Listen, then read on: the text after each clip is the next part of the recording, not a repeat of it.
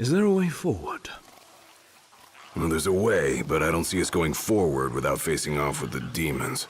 But now Noct is facing them alone. There must be some way we can help him. Perhaps I could be of service. What are you doing here? Why, I come bearing gifts. The hell? See? Gifts. Now, I believe a thank you is in order. For what? Another one of your stupid tricks? Here I am, helping for a change, but I can see I'm not wanted. I'm loath to trust him. Same. But at this point, we need all the help we can get. And welcome back to part 35 of Final Fantasy XV. Today we're going to see what would have happened if we decided to follow Gladiolus and Ignis instead of following Noctis after the car crash at the end of the tracks into the Xegnortus Keep. That was a bit of an elaborate explanation, but you know what I mean. Can't move forward if you're always looking. This section is sort of acts as a tutorial to episode Gladiolus, which is odd now that it's been out for a while, but back at the time, this update came out a day before episode Gladiolus did. So this update to explore chapter 13 verse 2, that came out. Iggy had a bit of a glitch spaz out there, and so you got your first chance to experiment with him here. So this was part of a free update, this bit. It didn't matter if you had the season pass or planning on buying the DLCs, you could still play a bit as Gladio, which was cool. Shame they didn't do anything similar for Iggy and Prompto. Those two you just have to play the DLC to get access to them. I mean, well, before it became just available across the board to use. Does that mean Noct can too? Probably not. Feeling the Chancellor isn't so generous. How come? He may have feigned friendship, but he's proven a foe before. We'd best be careful. Yeah, he also killed Luna, so why do you doubt that? Doubt any of that? Like, of course he can't be trusted. To be fair, this entire area does act as a really nice tutorial for episode Gladiolus, even if it does get a bit repetitive. That, like, especially at the time, like you played this, you got a bit of a feel for Gladio, and then the next day episode Gladiolus came along, you need to do another bloody tutorial during it and tell you what to do. It's like, no, I get it, I really do. And even more so if you've been playing it like nowadays, where you've got access to all the characters in the game and been playing Gladio a lot. This tutorial feels very wasted. But then there is a complete chance you could have missed it, because you could have just picked Gladio and Ignis, like not at all. You could have just picked Noctis' story and not bothered ever exploring it. So who knows? If you to access this, I've chosen this from the main menu because you can do that. You can choose it separately. But if you decide to do it from the time at the thing like that, I'm not sure if it uses your normal levels and normal setup, because like I said, this was made back before episode Gladiolus even came out, and the 3 episodes predetermine what level you are to balance the whole thing around it. The characters hadn't been balanced for the rest of the game yet, so I think it will reset and default you regardless of when you play it. But in spite of that, it wouldn't get a choice anyway because I chose this from the main menu, so this isn't tied to any saves. This is just me doing it. Keep your ears open. These broadcasts might help us understand what's going on outside. There's a lot more broadcasts in this that help you flesh out what's going on. Essentially, the nighttime is coming in more fierce and more constant. The demons are becoming stronger. The demons are becoming more plentiful, and so hunters are doing everything in their power to get more people with them. But they're not necessarily looking for people who go out and put their life on the line. I can't remember when they mention that, but they do mention it. They're not necessarily looking for people who want to go out and fight. They just want people. They just need people, whether it'll be doing small tasks, but saying, hey, just be the spare pair of hands to help move stuff from truck to truck, or be the person who can just do this little bit for us, etc, etc. They're not going to ask people to go out on dangerous missions. They just need extra hands. Also, as you can tell, yeah, like if Noctis had just stopped and waited for like a minute, we probably would have like bumped into the crew again, but since we persevered, we're left behind. And we are going to catch up to Noctis, but we're going to catch up in a way that you might not realise at first, because we're not just doing the dungeon we just did again as Gladio and Ignis this time. Don't worry about that, we're not. The path's going to break apart not too long after the lift here. It's dead silent. More like undead silent. Please. Ha ha ha ha ha. Funny joke, Gladio. No, I say that. This game's sense of humour isn't that bad. Some of the jokes fall flat, but then name any form of media where it has a perfect line of jokes. There's always one where a joke just goes and doesn't hit the mark quite as much. But you're going to see as we persevere through here, like going across Noctis' path as normal, we're going to be stopped. Carrying on to our left would have been towards the Noctis route, but we're going to be pulled away and go this way instead. Keep going a little closer. To this wall here, wall that we did just run past with as Noctis, and didn't give a passing glance. I was tempted to mention that the wall here could be moved, but I thought there'd be no point because it gets moved for Gladio and Ignis, Found some kind of secret passage. and Noctis can't move it. So it was sort of me just saying, hey, look at this trivial thing that you can't do with right now. Direction. I'll take it. Yeah, let's go. Don't know why they have even any remote trust. Like, I'd be deliberately going any wrong way that Ardyn says just to wind him up, and because it's probably a better choice than the choice Ardyn wants us to go on. Because we know Ardyn is just toying with us. Well, there's another thing mentioning it. Imperial Defense Force. The demon outbreak stemming from several research facilities has been suppressed in most areas. Magitech infantry units have been deployed to remaining sectors. The situation is under control. For your safety, a temporary curfew is imposed on all city areas. Your cooperation is required to ensure the security of yourself and other civilians. This broadcast will repeat until the curfew has been lifted and order fully restored. Oh, they've got their hands full. Bet they never thought their little pets would bust out of their cages. I doubt even the demons could simply escape from such a secure facility. It's more likely their master set them free. To be fair, this is something I do really enjoy about Final Fantasy 15 with what I've done, and I mentioned it a little last part, but I want to elaborate a little bit now, is the fact that you get so much world building.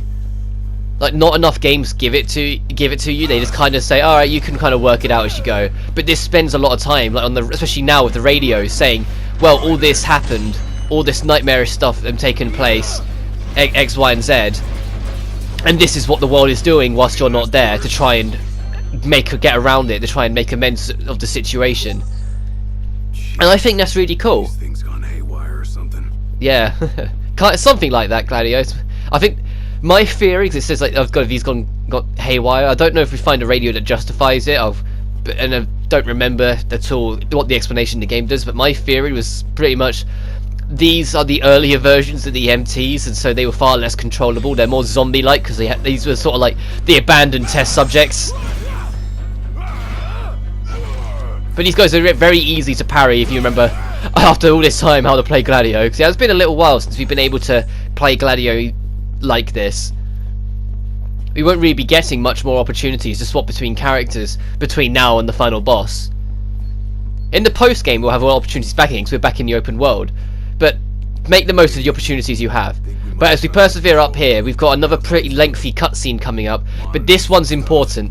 This one is explaining what happened to Ravus, because we only saw the aftermath last part, and it's more aggravating than you'd first think. That kind of guy, but I'll see what I can do. What have we here? Huh. Looks like they wiped everything. All of it. Yep. Wait, I got something. There's one surveillance tape they forgot to erase. Almost like they wanted us to see it. Well, then we best have a look. Whatever's on that tape might help us locate Noct and Prompto.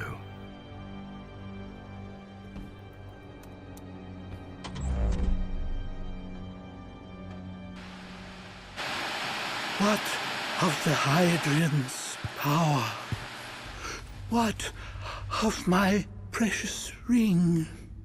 By the hand of the Oracle, they are with the King now, their rightful owner. And someday soon he shall use them to purge our star of its scourge. But the crystal is mine. I am the one true king. Nay, it is Noctis and none other.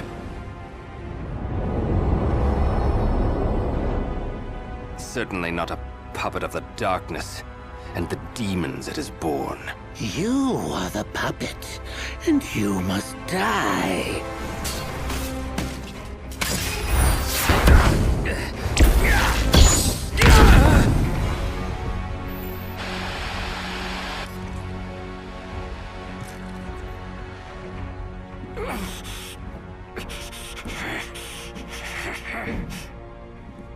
At last you have arrived, Noctis. The gods have shown you their favor. As blood of the Oracle, I present you your father's glaive. Now, go forth, my king. Shine your light unto the world.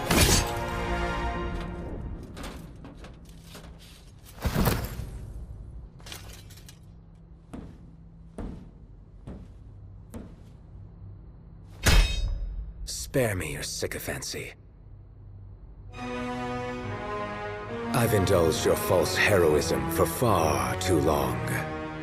You tried to save the world in my stead, but it wasn't enough. The crystal chose me, not you.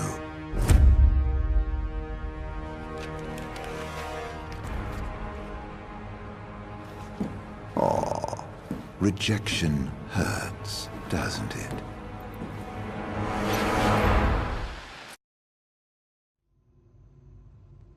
Was that Noct? No, just that scumbag Chancellor posing as him. It sounded like Ravus tried to return His Majesty's sword. Yeah, guess he finally got over his grudge. Even called Noct his king.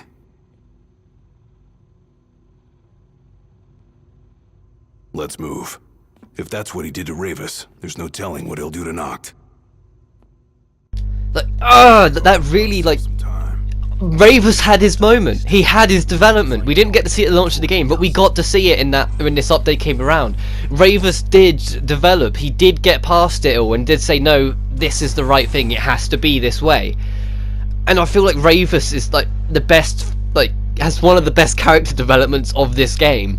And it winds me up that you couldn't see all that at launch. It took episode Ignis to have that chunk there. It took this update for to get this chunk here.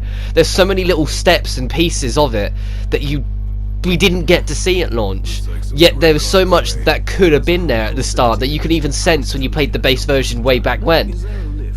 And it was only nowadays we get to see it all. And it's just Ravus is such an underrated character, I feel, because of it. Ravus is a genuinely great character. I don't always say that because there is some parts of his character that I really don't enjoy, like just how aggressive he is right at the start, but he really does develop and come into his own by the end. And like I said, it's always just kind of found it a bit depressing that we don't get to see that until all these updates later and all these extra expansions and post-game stuff, because most people don't come back to the game post-launch. It's only the people who really, really enjoyed it, they'll come back and mess with it, like me. And so a lot of people forgot about Ravus. A lot of people said, oh well, Ravus wasn't that good, and it's like, yeah, at launch he wasn't, because there was hardly anything there. But you look at what he was like, all the updates, everything like that, there's so much there. And I'm hoping when the second season of DLCs come around that they will try and dive into it even a little bit more than that. Because Ravus, I do feel, is like the underdog character in this game. It's the one no one talks about, but people should be talking about, because he's such a good character. Well, in my opinion, it's purely because of his development. And his development feels genuine. Having something major like your sister's death would change your psyche and mentality about it. And then having the empire that you work with and trust slowly but surely cripple and turn against you because of Ardyn being, well, Ardyn, you would start to say, yeah, hang on a minute, maybe there was a reason why this sacrifice had to happen. Maybe there's a reason why events are playing out the way there is. I need to do it this way. It's like, it's just one of those things, you know. Like, I really wish people talked about Ravus more, because I do feel like he's such an underrated character. He's so good at the end of all this development, yet most people don't remember him. But that being said, we're back on our path though as we go across this. This is called verse 2 in the chapter select. It's called chapter 13 verse 2 is Gladio and Ignis' thing. So they didn't even want to say it was just, oh, it was another part of chapter 13. It was just, no, this is just verse 2. There is another verse 2 that we passed, but I'm not going to show that off until post game, because it's for a non-canon alternate ending.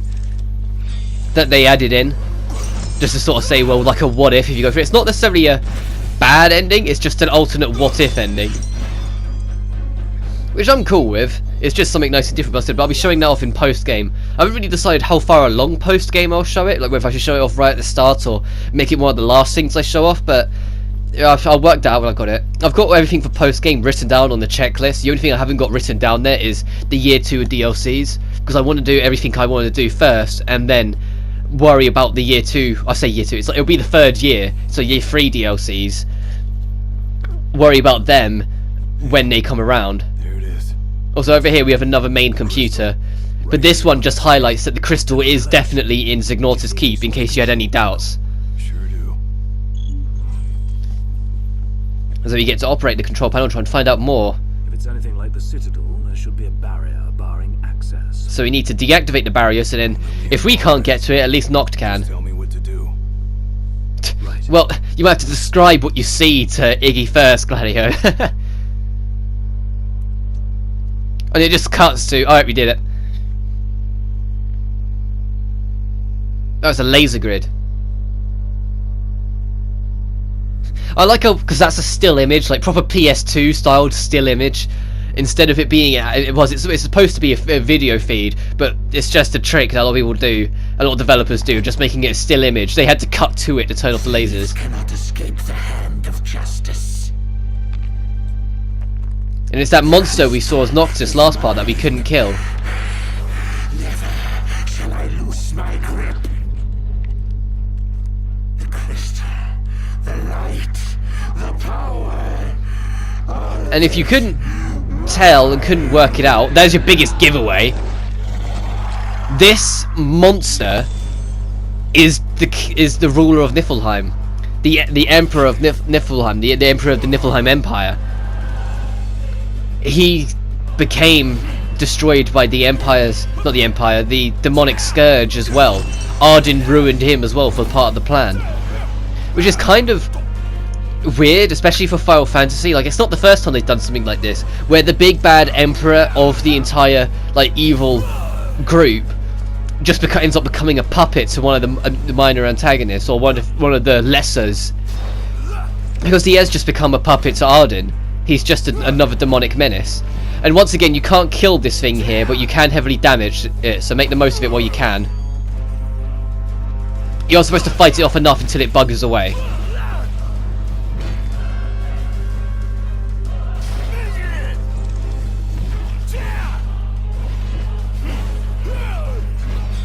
There we go, now it's going to run away. It's got a really cool design, that thing. And I haven't done the boss stats for it because it's not the proper fight with it. We'll do the boss stats for it when we actually get to have its final fight against it. Good yet. He just disappeared. I've never seen one that talked like that before. So fixated on the crystal. Yeah, it's almost like it's the Empire who still had his brain. Like moths to a flame. Or maybe one of the Empire's alternative facts. Whichever it is, that monster's still on the loose. And we're definitely going to have another bump in of it. I wish the battle music would stop outpowering their voice, though. I know my talking over it outpowers their voice as well because of the recording, but it's still like, if you're actually in it for the story and shouting up for every little thing, and you get to that bit, you're like, what? What? Because the music's still powering over them a little. It's not as bad as, like, the late 90s, early 2000 days of music overpowering voice acting, but it's still a bit, like, can the music calm it down now a bit, please? As we persevere on, this is a very linear, shorter section. It's like this video's only got a couple minutes left, so I wanted to do this all in one. Oh right, if we go here, we've got another invisible, it's not invisible, fake wall that's going to open up for us from Ardyn.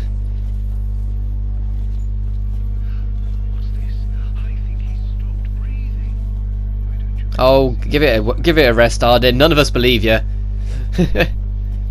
When you persevere down there, it ends it. So I go over here just to check things out, not realising that it's going to cut me off as soon as I walk over. And you might have just saw the little indicator that I completely missed. That's the final radio. I completely missed it. So yeah, sorry about that. But we got our final cutscene. So next time on Final Fantasy 15, we're going to wrap up Zygnorta's Keep. But until then, you guys take care now. Can't you hear that? Hear what? Noct's voice. I heard it. Clear as day. This way, follow me! Hey, wait up!